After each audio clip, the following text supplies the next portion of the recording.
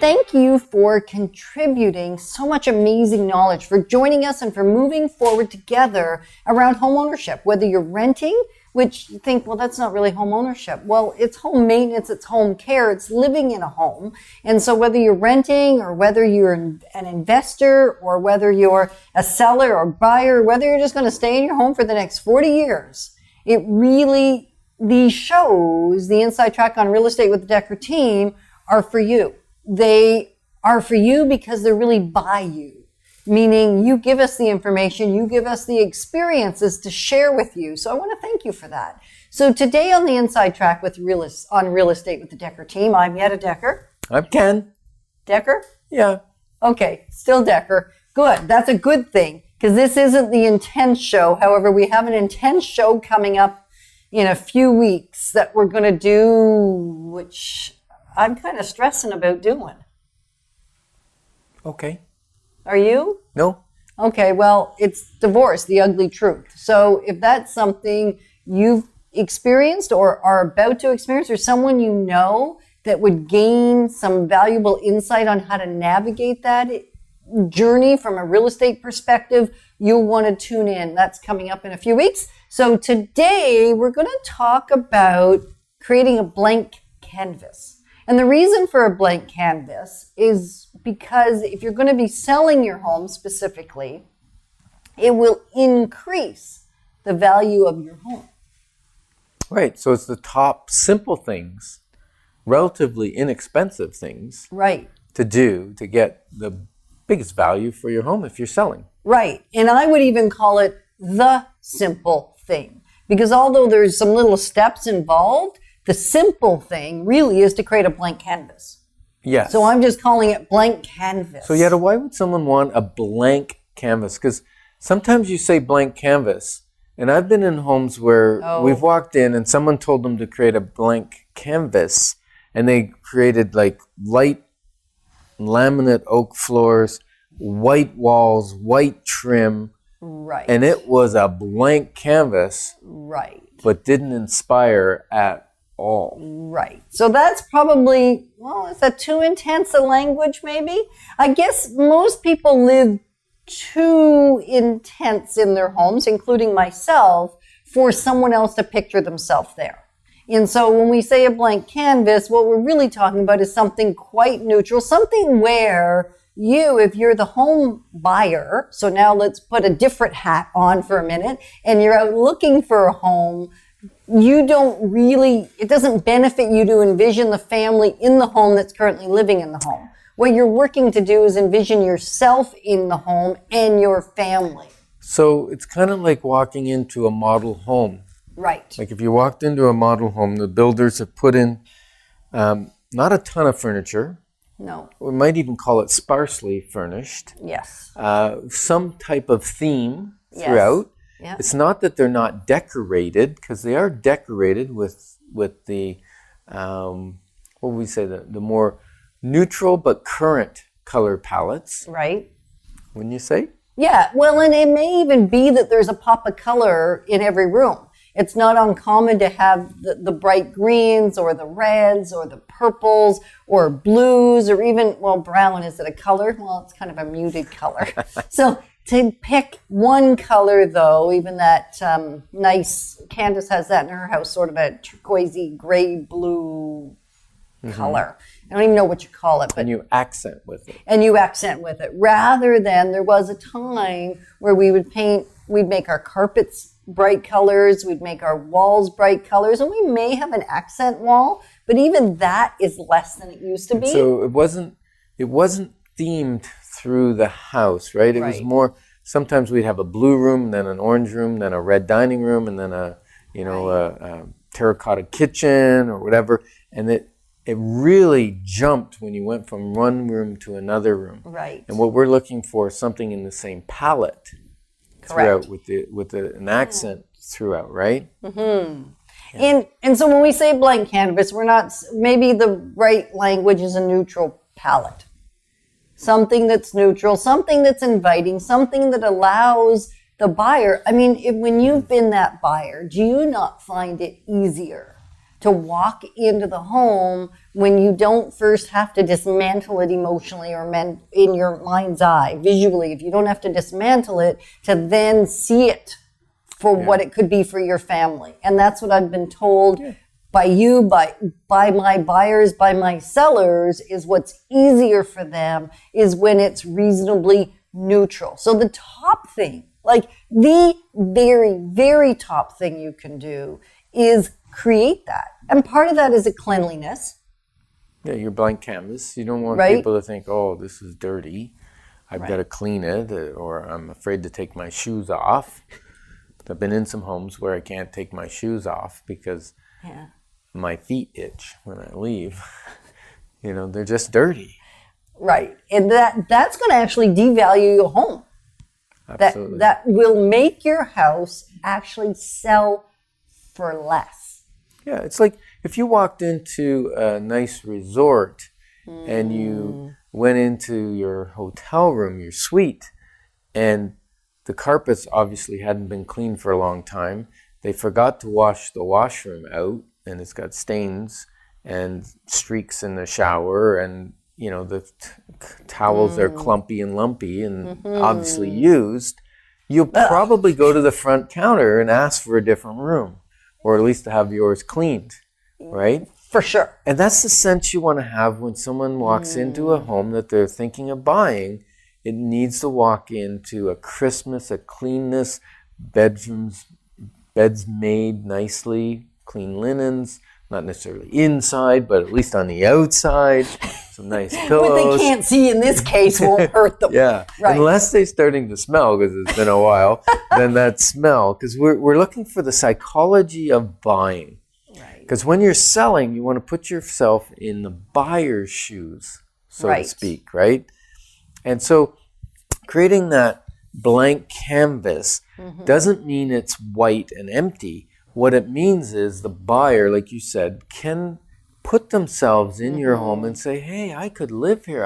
I see myself sitting on that couch watching that TV. I see myself, even though it's not their TV and it's not their couch. And they don't get to keep them, generally. And they don't get to keep them. It goes through the psychological thing like that. And we know that if someone looks at a house and they sit down on the couch and they start picturing themselves, they're very, very interested in that particular property. They are. Like it actually, even after almost 3 decades in the industry, it astounds me how huge an impact a neutral palette. And if it's not in the bedrooms, really, that's okay. The master is actually a little more important than the rest of the bedrooms, because most people, by the time they go to the secondary room, short of size, they're concerned about size still, because if they have 3 kids and one of them is really nursery size and the child's not going to be nursery size for very long, that can be a concern. And there's a lot of 4-bedroom, 2-story homes out there where the 4th bedroom, or even in a 3-bedroom, that the 3rd bedroom is really little. And so that's more a layout thing. And they'll often have noticed that even on the listing sheet. So before they go, they may not even choose to go because it's just too small. And yet many people can't imagine or visualize what a 10 by 10 room is, or an 8 by 10 or a 12 by 12, what that feels like or looks like. So on the listing, because there's so many of those wide angle cameras used, the rooms actually look okay, and the written doesn't always resonate or doesn't always land in a way that people know what they're actually going to be walking into. So size of bedrooms can be a concern, and yet if you have a girl's room that's all purple or all turquoise, and you have another room that might be all red or blue, really less of a concern as long as it's not your principal rooms. And as long as it's not the master or those rooms that are your focal point. So we'll let them away with that. Well, it's not even letting you away with. It's saying it has very little value. Yeah, because actually I've had clients go in and they go, oh, this is my daughter's room. This will be my son's room. They start picturing themselves in the rooms if they're not necessarily gender neutral. That's okay. Yeah. Now, what you do want to do to create that blank canvas is remove all your personal stuff. Right. Some personal photos, pets. Like, the reason we want to remove photos is not because people go, oh, who lives here and that sort of thing. Well, they do, actually. They do that. Yeah, it's absolutely the truth. And the number of times I'll have somebody say, oh, I worked with him, or I know him from such and such, and sometimes that's a really good thing, and sometimes it's a really bad thing. Yeah, so it's just good to depersonalize. And the reason you're depersonalizing is more because then they can put themselves in the house and make it their home because you're not in there anymore. And a little advantage to the seller, because if you're selling and you got that twinge about, oh, I don't want to leave the house, I don't want to leave this home because I've made it a home. By depersonalizing it, you start to detach psychologically, and it makes it easier to sell. And those will be the first boxes you open up when you move into the new property you're moving to and make it a home. Now, pets are a biggie. I don't know why Ken's looking at me when he says pets. Because you're my only pet. I don't have any other pets, just you. Okay. I think that may be just a little too personal. Okay. Anyway, I am not his pet. I am actually his wife. Let's put it straight. He did tell me, though, which is still, I'm not sure that I'll ever get over it. When I almost perished 8.5 years ago now, Ken did say, because he thought I was going to die, he did say that he would replace me with a golden lab. Yeah, golden lab. A golden lab. So I've been fondly known as the pet ever since.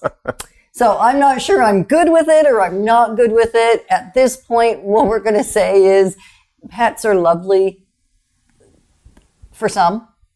Clearly, we had our pets. We loved our white cats and our white dogs. Everything was white in our world, and they were beautiful. We appreciated them, enjoyed them. We had our last dog for, 15 and a half years. He was part of the family, and boy, did we miss him when he was no longer. And in this stage in our lives, it would really be incredibly unfair. So regardless of what our preference is at this season in our life, it's easier to live life without a pet. And as Ken has already described, he has a pet. So it's not hard. In most homes, we've seen studies where it's between $5,000 and $20,000. They sell for less if there's pets in the house. Right. And some of that is allergies. People have allergies to dogs. They have allergies to cats. They tend to have their own unique scents or odors. People do, pets do, everyone does. So we like to maybe go on a pet holiday, right? If you're selling your house, maybe you've got a family member that loves your pet and would like them to come and visit for a little while. Yeah, that is something that happens often enough. I mean, it doesn't have to happen. And in an ideal, perfect world, that's going to be our recommendation. I mean, it can add trauma to the family. It can add trauma to the kids. It can add trauma to yourself. It can even add trauma to the pet or pets. Well, sometimes people coming and going from the house adds more trauma to your pet because you don't know how your pet reacts when you're not home, right? When a stranger comes into the house, dogs can act differently. Some get very scared. Cats will run and hide sometimes or take off. bolt out the door. Well, have I chased my cats? Yeah, so it's just better to not be there.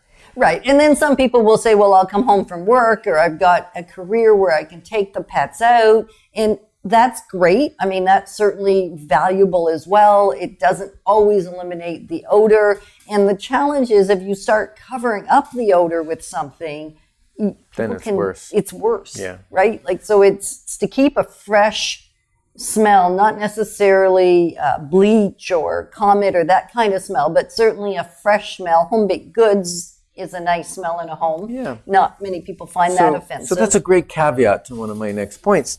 Because if you have odors in your home, whether it's cooking, you cooked fish last night or whatever, if it's personal smells, it can sometimes be musty smell. Sometimes it's even a water smell. Some people have wells that have like a sulfur smell and it gets into the house. any of those odors really affect the psychology of that blank canvas. People can't see themselves there because their smell's not there. Your smell is. Right. And so we also don't want you to plug in those Glad scent machines because they just overpower. And then buyers have said to me, what are they hiding? Yeah. What's here that they're hiding? So we recommend some of the essential oils. Right. You might put a couple drops of orange oil or grapefruit oil or lime oil in your water when you're cleaning. Yep, or even lemon. Leaves a really nice scent that people enjoy. Peppermint's another one that doesn't offend typically, or bergamot. And I'm trying to remember what bergamot smells like, but it's not bad. I don't mind it. So that type of thing will really help create that blank canvas. Yeah, and when we're saying blank, I mean, maybe we should rephrase the neutral. We're really looking for a neutral. Neutral in terms of inviting. You want it inviting. You don't want it, so Ken mentioned at the top of the show, white walls, white floors, white counters, and that can be too much because now it feels sterile and it feels like a hospital. So we're not looking for a sterile environment. And I guess when I picture my blank canvas when I'm going to paint, and if you're an artist, I'm sure you're thinking, blank? You don't want it blank because that would be empty. So not empty, not blank, just very neutral with a little pops of color here and there. Welcoming. Yeah, and not too personal. Yeah. So it's important if you're going to keep your pets at home, which lots of people do, when you take them out with you, collapse the cages, tuck away the cages, remove the litter boxes, move them out of the way. If at all possible, make it a pet-free when people are coming in. Because if you ever notice that even when you go into an environment, as soon as you see the litter box, you say, oh, house smells like cat. Well, it may not have at all. And yet our sight also then connects with our smell somehow.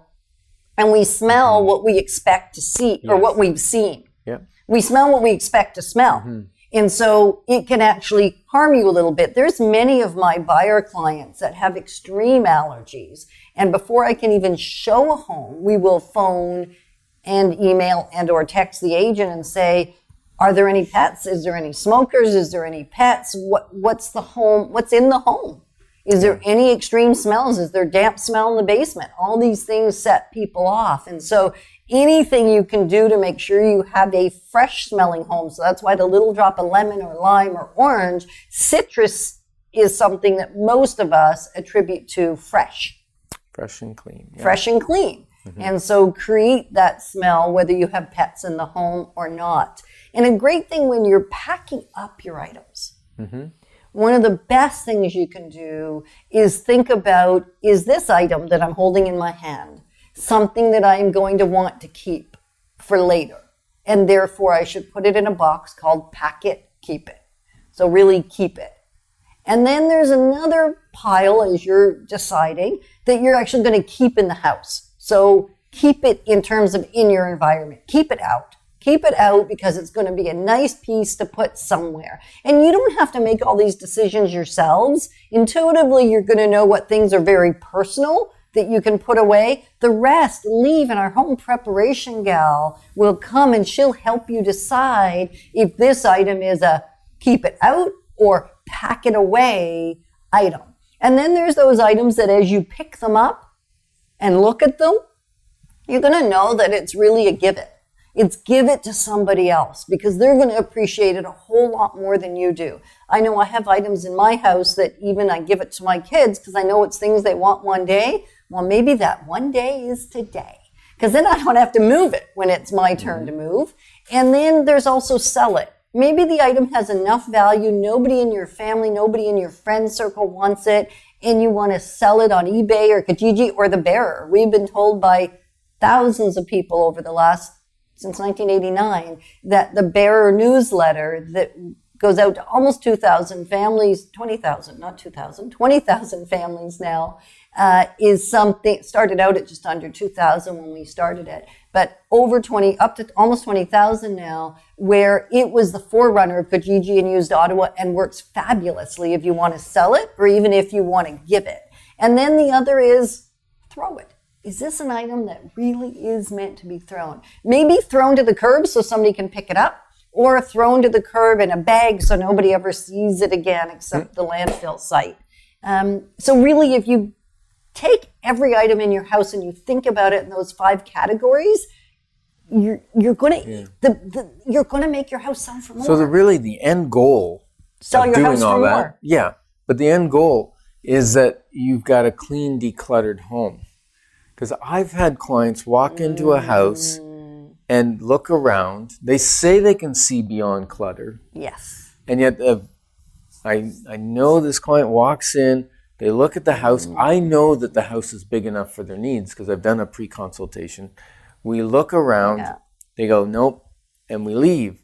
And then we go into a smaller home that has been decluttered, has the right size furniture for the property and the right amount of furniture. The closets have been shrunk, they've taken out a third or half of the clothing. They didn't actually shrink the closet. No, they shrunk the amount of clothing in it. Yep. And their client has looked at it and go, oh, our family could fit in here. And I'm thinking, this house is 200-300 square feet smaller than the one we were just in. Yep. But they'll buy that one, and they just can't get beyond the other. Perception is reality. We've obviously said that a time or two to ourselves as well as to you. So as we actually buy that truth, that a neutral palette, clean, sparkling clean, smell fresh, home. I mean, it's really a simple thing. Yep. Will actually cause your house to sell for more. We've actually created a report about top dollar, how to get top dollar. So if you want a copy of that report, it's $top at dekkerteam.com. And with it, we're going to include the comprehensive checklist that we use when we are going through a home to ensure. Really? We're going to give that away? Yeah. Wow. Because our bottom line is that we want to add value to you. Because as we add value to you, there's something I learned about 30 years ago, and that is I serve you well as we at the Dekker team do what we can to cause you to make amazing decisions so that we've given you the right information, the right knowledge. You're the hero anyway. And so when you're positioned to be the hero for your family and when we've been a small part of that, guess what happens? You call us when you need help anyway, or when you know someone else that needs help. So we get introductions all the time, not even that we ever had a chance to help the person that introduced us because they haven't moved since we met them. And yet they know what we're going to do based on what they've heard in the community or heard from someone else that's worked with us. And so those introductions come not because we're high pressure. I can negotiate. I'll get high pressure when you give me an offer to negotiate and I'll get moving. That's fun for me. Until then, though, there's no need for pressure. There's really just like, how do we work with your timeline and what works for you and how do we position you? So yes, we love to give you free reports, free checklists, the things that we actually use to get you top dollar. So top dollar at dekkerteam.com will get you a report on how to get top dollar. We're just covering the very simple thing today on this show. It'll be more comprehensive. And then also will include the free customized checklist for just that, the one we use when we're going through a home. Yeah. So in kind of the piece de resistance is to stage your home. Now sometimes... I hate that word. I know you hate that word. Okay. But just think of a set.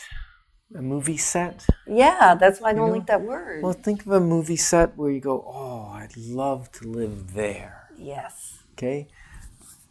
Is it better now? No. Oh, okay. I think the whole thing with staging is the TV shows, all that stuff has created, let's do a quick fix, let's make sure it's not solid, and let's just make sure it looks good. And so we want to make sure that when we're doing things to prepare the home for market, that it actually, there's substance behind it. That's my struggle with the word staging. Okay. So as long as you're doing the maintenance, because that is a piece, right? This is a part of this simple thing to do is maintain. Maintain and clean kind of fit in one sentence. That would mean touching up any nicks in walls, repainting. Even if it's neutral and it's got some dings in it, repaint it. Yeah. Fix it properly. And also, if you're not one of those people that's great at cutting, please don't paint. Where you put paint on the ceiling, or you put paint on the, you're painting the trim and you paint the wall, or you're painting the wall and you put paint on the trim, and then the roller hits the ceiling. Yeah. Just hire a professional. It's not that expensive, and it makes your house shine. Right. It really does. Yeah, and we have some amazing professionals that we've worked with for decades that are handy, that are professional, that are great at doing it, and so it's affordable. We know how to tailor who you need to what it is that needs to be done, because we have several that we adore and love, and we have them do our stuff at our house when we don't have the time and capacity to do it ourselves. And so having somebody for even a day, half a day before you put your home on the market, amazing way to increase value. So we just went on a little trail there because we were talking about getting the house ready furniture-wise. And I think we have a great eye. We can help you decide if there's more furniture to remove, furniture that you need to bring in, or sometimes it's very often just it needs to be repositioned for flow of the property, for lighting, for all kinds of different things. We can adjust the flow of your home through furniture. So that's great. And then lastly, just clean up the outside. Oh, right. Just because first impressions are lasting impressions. That's a great saying. Did you think that one up? Right now. Right now? That's First awesome. impressions are lasting impressions, though, aren't they? They are ones that stay with you. Once you have an impression of who you've just met or even what you've just seen, to lose that is almost an impossibility. So first impressions, first of all, are lasting impressions, and it's very difficult to make a second impression as powerful as a first impression. Yep. So if you want to make money on your house, the most money, top dollar. Yeah. I was practicing that before the show. You also might want to come to our investing in real estate, because when you buy your first home, you're investing in real estate. When you buy a second property as a rental property, you're investing in real estate. Yep. So our next one is August 17th. Yep. And the cost is $47. $47. Yep. And it starts at 6 Yes, it does. 6 p.m. on August 17th. And it will give you insights, even if it's your second home, third home, fourth home, fifth home, it doesn't really matter. Anytime you're acquiring or disposing of real estate, you will learn things that you can take with you from the investor or the investing in real estate workshop. So here's the gig. Thank you. Thank you that you help us get better and better every day, and that we get to learn together. So thanks for moving forward together with the Dekker Team.